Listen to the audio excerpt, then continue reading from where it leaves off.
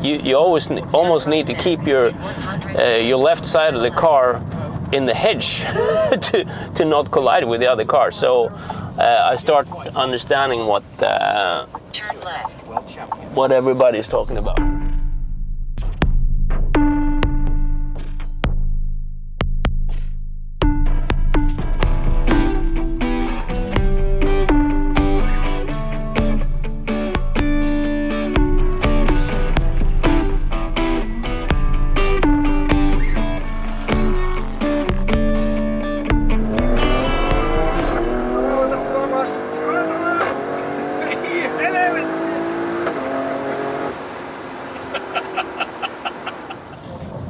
Hi everybody, welcome to Road of Plenty and our first driving experience in the UK. So we took the ship or the boat from Hook of Holland in the Netherlands to just outside of Rotterdam to Harwich, UK, and now we're on the way to a friend's wedding.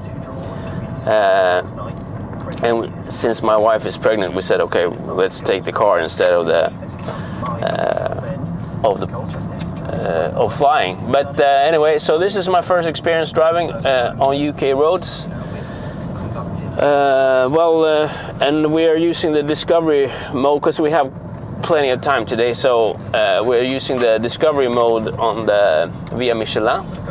Driving on the left side of the road isn't that bad, but that's okay, it works fine. But one thing is that the roads are very narrow here in the UK. Let's see where we're going now.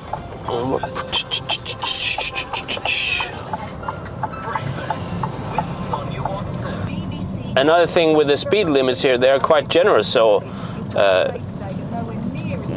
I've been watching those YouTubers from Great Britain, and I've always noticed they drive so fast, but now I realize that the national speed limit, whatever it is, 60 miles an hour, which is about 95 kilometers an hour.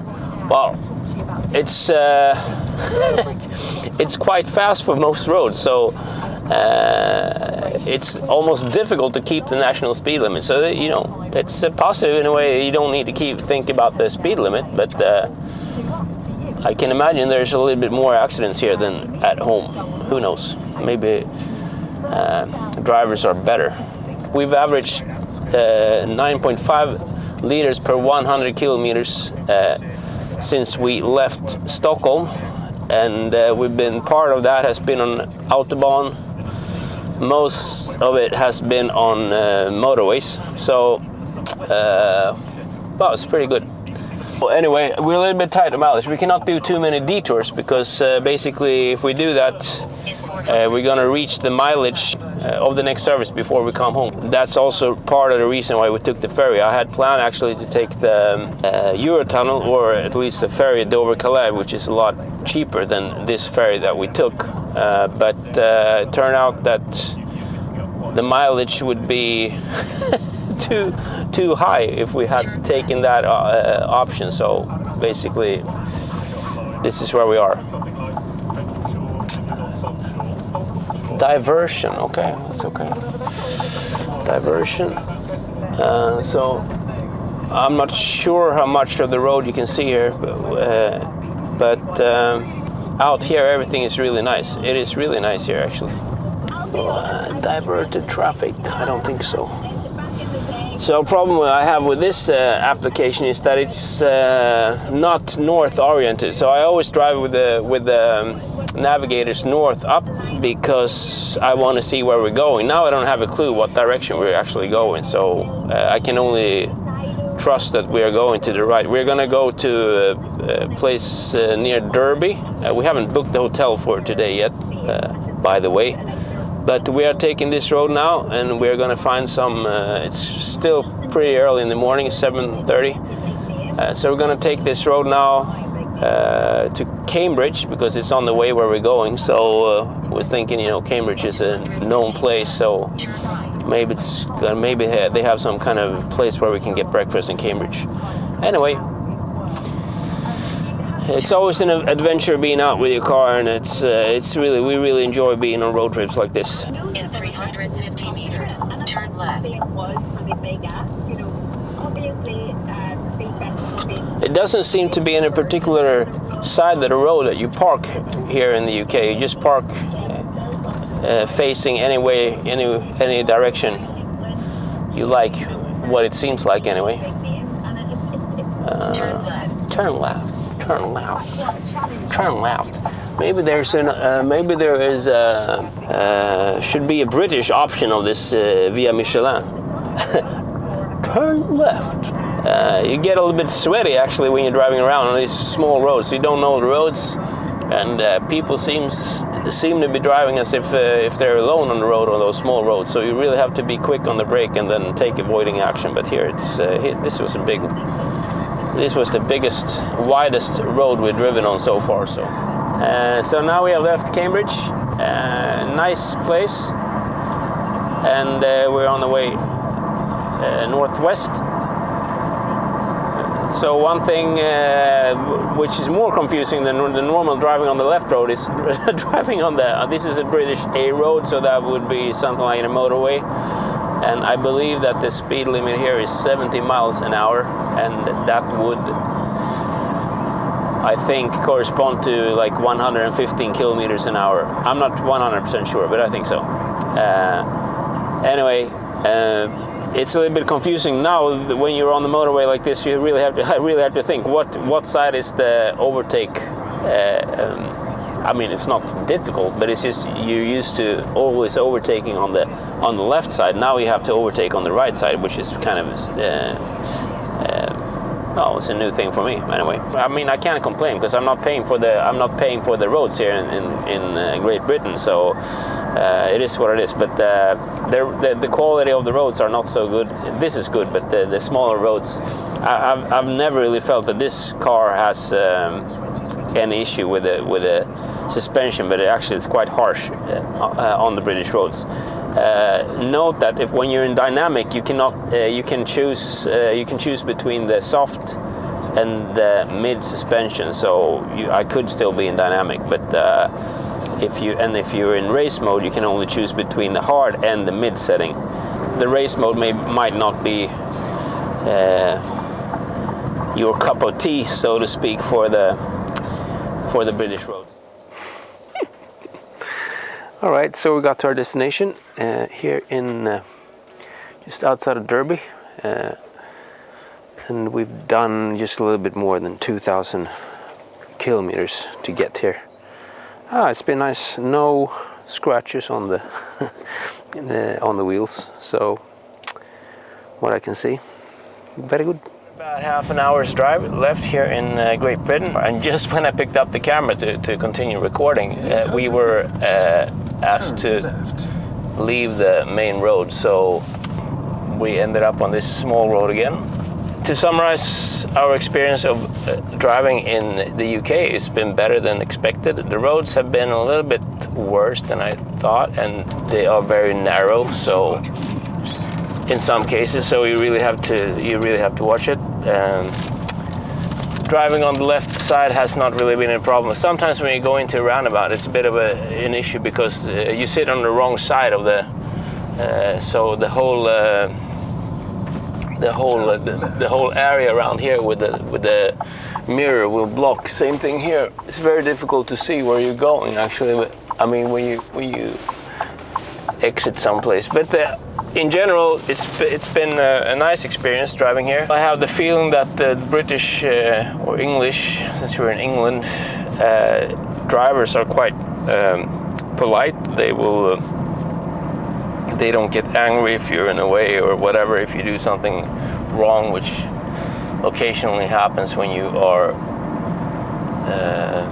coming from another country where you drive on the other side of the road. But in general, it's been very good, and I have to say that I enjoy it. The only problem, I would say the biggest issue has been with the parking.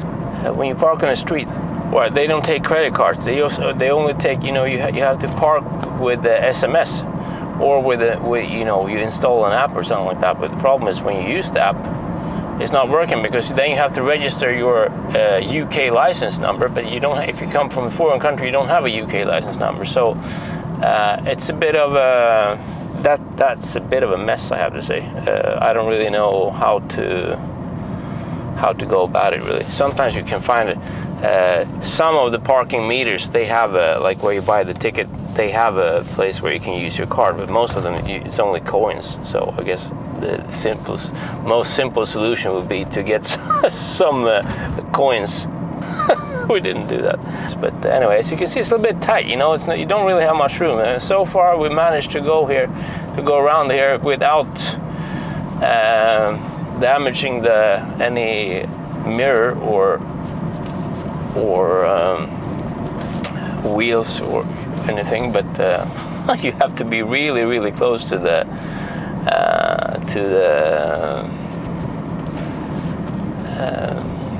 hedges here. Anyway, it's quite fun at the same time. You know, it's fun as long as, you know, the car is not damaged. At the roundabout, turn right.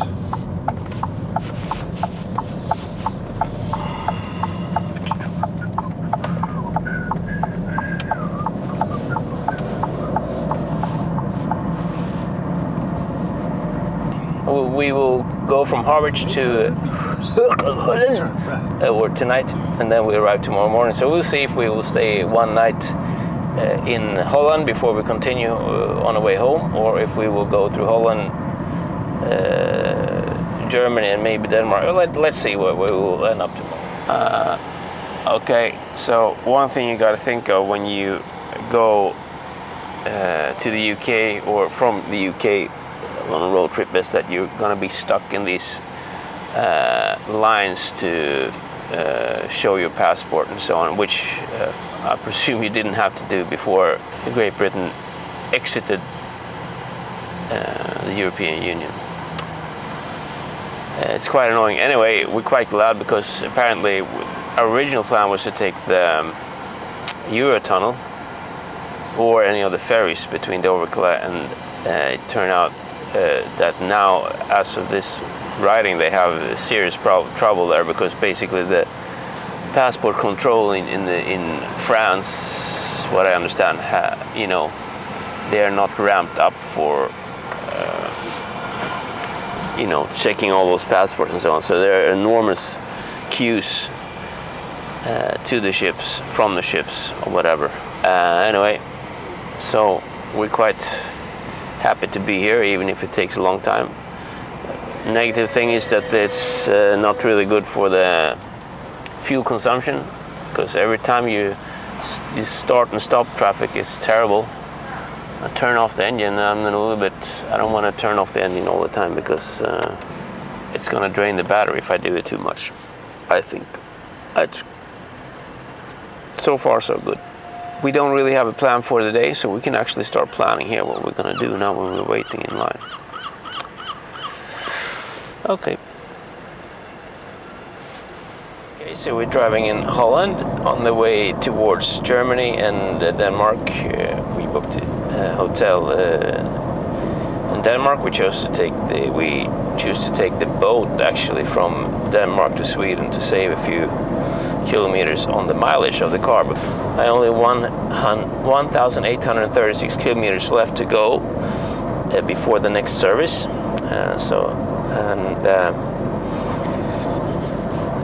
Which is not until 113 days, but I mean, obviously I will have to have the service done before 113 days, but there's about maybe 1,200 kilometers left on this road trip, but I also need to use the car to go to work, my extra work at home a few times.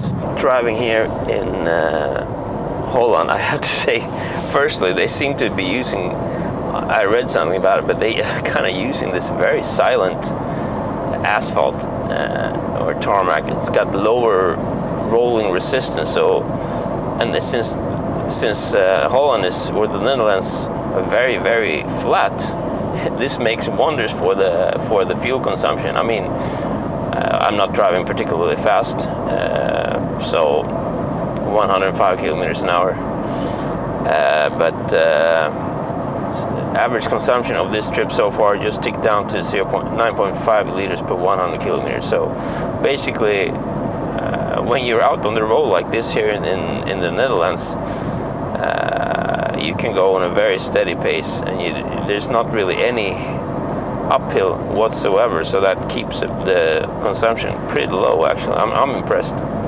I know for a fact when we come out on Autobahn that the fuel consumption will go up again, of course, but this time when we went down, I didn't push on too much.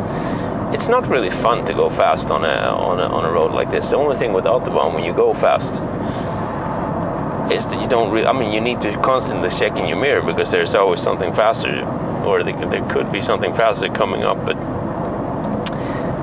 it's not really fun. I don't think it's fun to drive fast on an open road. It's not the speed itself that I'm after, so don't know what I'm after, actually. Anyway, that was a very short update about driving here in the Netherlands. It's quite good. There are no road tolls. I read that there are maybe 1 or 2 tunnels or bridges, I don't remember, where you have to pay like a toll. Otherwise, everything is free, which is good, and which is what I'm used to from Sweden. So it's nice. It's not so much about that I don't want to pay for it. I mean, it's nice that you don't have to pay for it, but for driving. But it's more like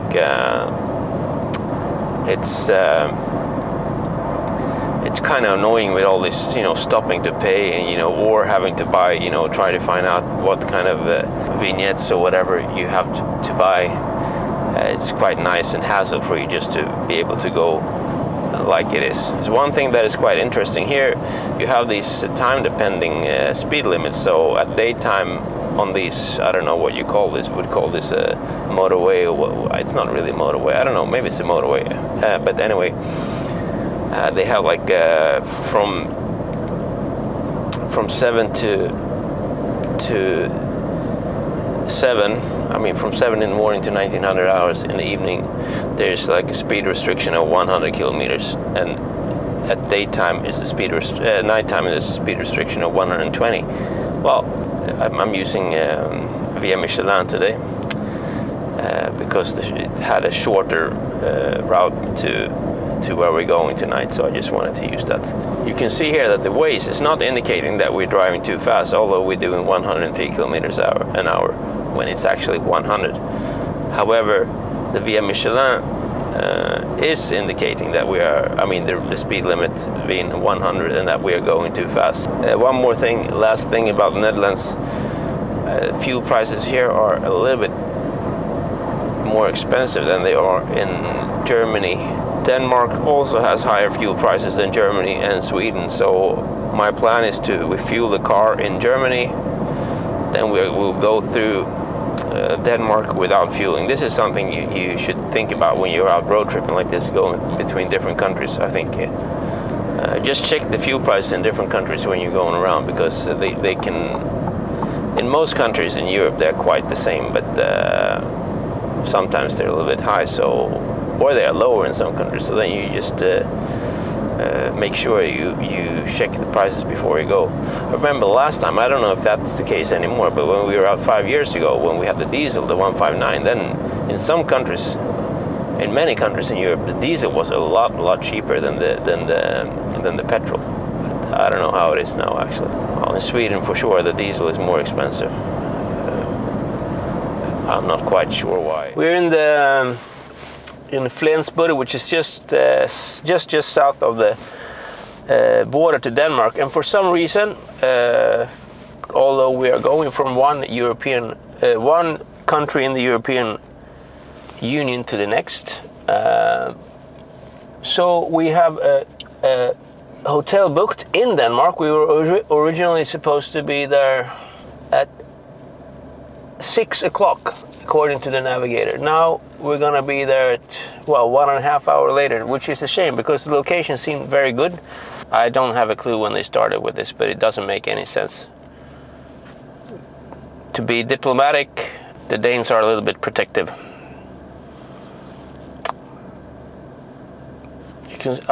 This is the worst. I have never been in any, and this includes when I was a bus driver in city of Stockholm. I have never been stuck in traffic like this, going to the border here. It's unbelievable.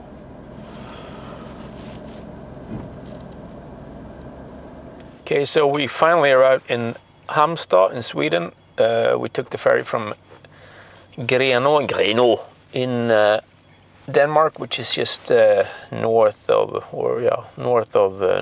of Aarhus, which is second biggest town or city in Denmark. So we're going home. We're gonna go straight home. It's about 6:30, and it's like 5.5 hours drive home. So we are gonna go. There's one route that is actually slightly faster, maybe 15 minutes, but that one is longer, and I'm a little bit tired of driving the same motorways all the time, so we take this little small road from Halmstad on the west coast to Jönköping. We go past Gislaved and Anderstorp, where there's a racetrack where I actually once raced when I was 17 with my 125. One race, or 2 races actually, I think. Finished 5th in both.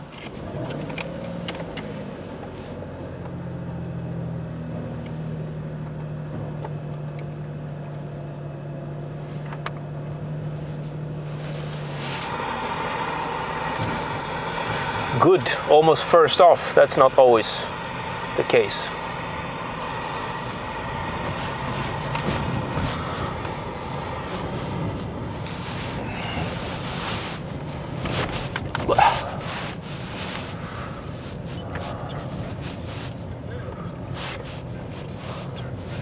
Turn right, turn left, turn right, turn left.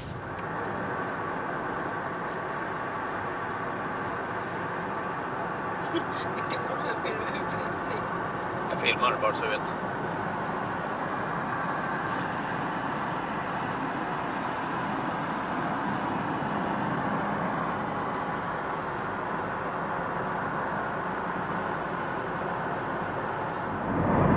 Okay, so we are about let's say 10 kilometers from home. So that means that our trip to England and back will end up on 3,854 kilometers. Now, average consumption is 9.5 liters per 100 kilometers. It's more or less exactly what it was when